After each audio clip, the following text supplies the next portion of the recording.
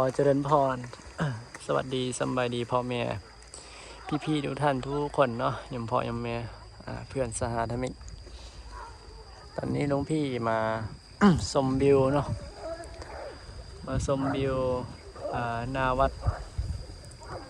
ก็สิมีประมาณนี้เนาะวิวหน้าวัดบรรยากาศของวิวหน้าวัดป่าที่อำเภอเมืองหลวงพระบางจังหวัดหลวงพระบางเนาะบรรยากาศก็เย็นดีมากับเพื่อนสหธรรมิกเนาะเพื่อนหลวงพี่เนี่ยเพื่อนหลวงพี่แต่ว่าแกอาบน้ำอยู่ตอนนี้เนาะแต่หลวงพี่ว่ามันยังร้อนอยู่เนาะมันมีแดดเดี๋ยวเบียร์อาบหลวงพี่ว่าพอมันมีแดดเนาะมันร้อนก็เลยมาเบิ่งอันนี้เป็นบอนอาบน้ำของเด็กน้อยหรือว่าของชาวบ้านท่าเรือของบ้านเนาะท่าเรือของชาวบ้านเพิ่นสิประมาณนี้เนาะท่าเรือเอาไว้หาปลาบอกว่าจะเป็นการข้ามฝั่งเนาะการไปมาหาสู่แต่ละบ้านก็ยังใช้เรืออยู่เนาะแต่ส่วนหลายก็มันอยู่ในเมืองอยู่เนาะอันนี้ก็อยู่ในตัวในอำเภออยู่เพิ่นก็สิใช้รถยานพาหนะนะในการไปมาหาสู่ส่วนหลายใช้รถอันนี้ก็ใช้เวลาหาปลาซื่อๆเนาะหาปลาบางคนก็ใส่นั้นเนาะอันนี้ก็เป็นมีเน่นซองมีเน่นอันนั้นเองอ่ะเน่นกับหลวงพี่เพิ่นอาบน้ำเป็นลงเล่นน้ำมันฮ้อนเนาะก็สิมีเด็กน้อยน้ำเนาะมีเน่นน้ำอะไรกันมาวัดป๊อปปี้งูบ่ดมยังอ๋อเขียนผักนะกินไปได้ผักเนี่ยตอนนี้บ่ายสามได้ยังพอไหมบ่ายสามแต่แดดยังแห้งอยู่แดดบ่ทันอ่อนเลยแดดแก่อยู่อันนี้เป็นเรือของชาวบ้านเพิ่นเนาะวัดอยู่นี่นะยังพอไหมวัดอยู่นี่อยู่บ้านนี้อยู่ฝั่งนี้นะวัดมันจะอยู่ฝั่งนี้เดินไปกันเป็นวัดเลยนะนี่ก็เป็นบ่อนอาบน้ำเนาะก็อากาศร้อนน้องพี่กันเลยบ่ลงเนาะประมาณเดือนอีกประมาณ2 วันอีก2 วันหลวงพี่จะเดินทางไปเวียงจันทร์อีก2 วันแล้วคิดอยู่ประมาณอีก 4-5 วันเนาะที่เวียงจันทร์หรือว่าบ่เกิน5 วันที่เวียงจันทร์ไปพักกับเพื่อนแหละกับโมแต่สิเดินทางไปขอนแก่นมิถุนายนก็สิเปิดเทอมเนาะก็ตอนนี้ไปเตรียมตัวจะข่าวจังหน่อยเตรียมตัวที่16ปฐมนิเทศเนาะปฐมนิเทศเดี๋ยวหลวงพี่ก็สิสมัครลงทะเบียนเรียนประมาณต้นเดือนนี่แหละลงในระบบเรียนอยู่เพราะว่าเป็นนิสิตเก่าแล้วเนาะนักเรียนเก่าแล้วต่อปี 4แล้วโอเคก็อันนี้คือว่าผักได้ยังพอไหมนี่เลยกูดกินได้เลยเนี่ยเอาไปกินกับเจลบ่เก็บไว้ไปสั่นเขาบ่เพราะว่าเราอยู่วัดป่านะเดี๋ยวลองเก็บบ้างเป็นได้ฉะนั้นจะกินได้อยู่แล้วเนาะกินได้อยู่น่าจะได้ทำไมจะไม่ได้อยู่เห็นบ่พี่เก็บเอาให้ไปเอาไปสุกก็ได้เนี่ยพอแล้วนะเอาไปสุกเอาไปทอดเห็ดคือผัดกะเพรา นี่นะ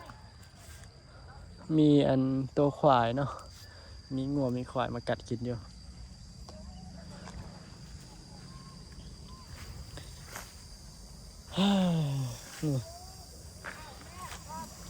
น่าจะปลอดสารพิษอยู่บ่มีสารพิษมาแล้วนี่นะ แต่ว่าใบอีเลิศนี่มีหลายนะใบอีเลิศนี่ใบอีเลิศ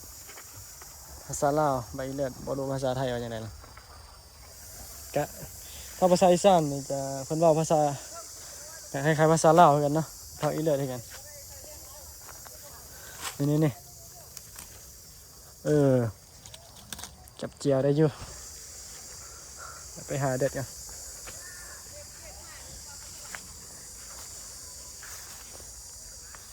นี่แถวนี้มีลาย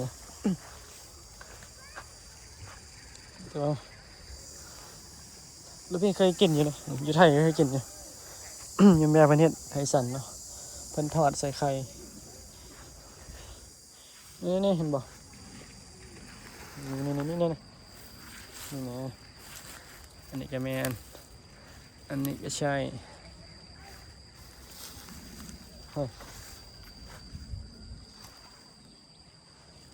ใส่แล้วกินนี่ตัวนี้เนี่ยพายมพ่อยมแม่พี่ทุกท่านทุกคนเนาะมา ไปเก็บผักเลยซะ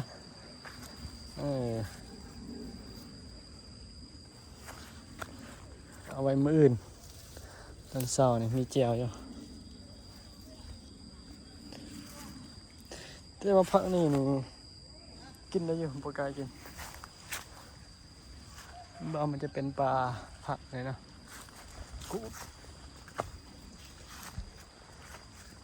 ผักกูดยังเก็บผักอยู่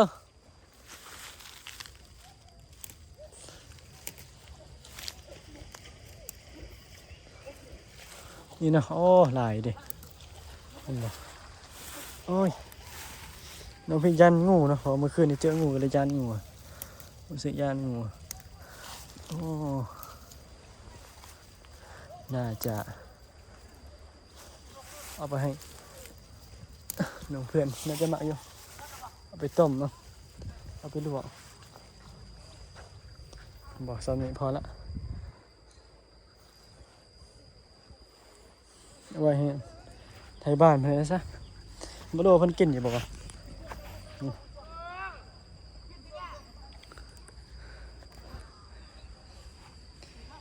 อันนี้จะเป็นแม่น้ำที่ใหญ่รองจากแม่น้ำโขงเนาะของประเทศลาวเนาะที่ใหญ่ที่สุดเลยนี่ที่สุดของที่รองจากแม่น้ำโขงเนาะ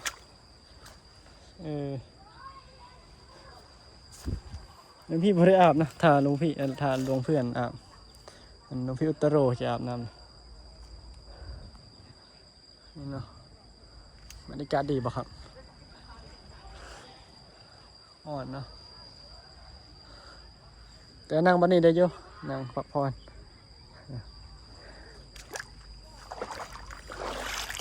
น้ำนี้ขึ้นในน้ำเลยเบอร์2,000ไร่ขึ้น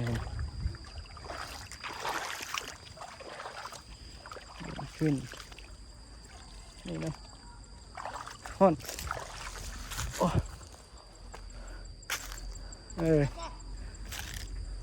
4 โมงก่อนจากนั้นสิอาบน้ำอยู่บ่ สิกลับแล้วบ่ยังเก็บผัก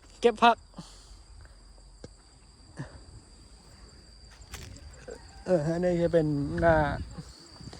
น้าบ้านอันนี้ตรงหน้าบ้านของชาวบ้านเนาะ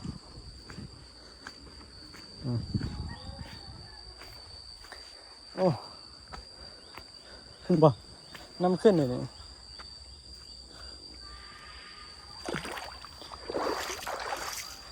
นึกขึ้น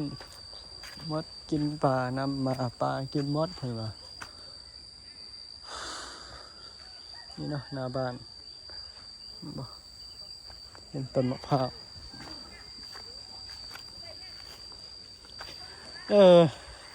มื้อนี้เถอะว่าอากาศร้อนเนาะบ่มีฝนเลยมื้อนี้เมื่อวานนี่ฝนตกมื้อนี้บ่มีฝนเลยร้อนจังซี่นะเฮ็ดออกเนาะอยู่ลาวนี่เฮ็ดออกโซนนี้ยังพอมีเฮ็ดปวกเฮ็ด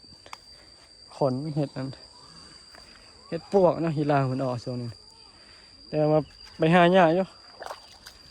หลายคนหาเนาะเฮ็ดปวก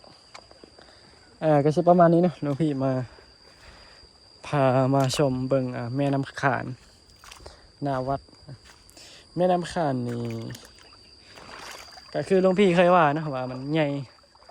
ญ่ที่สุดรองจากแม่น้ำโขงถัดจากแม่น้ำโขงนี่ก็จะเป็นแม่น้ำขานถ้าเป็นโขงแล้วเราบอกคันแดดอ่อนนิดนึงคนจะอาบน้ำอยู่คันแดดอ่อนนิดนึงจะอาบไหม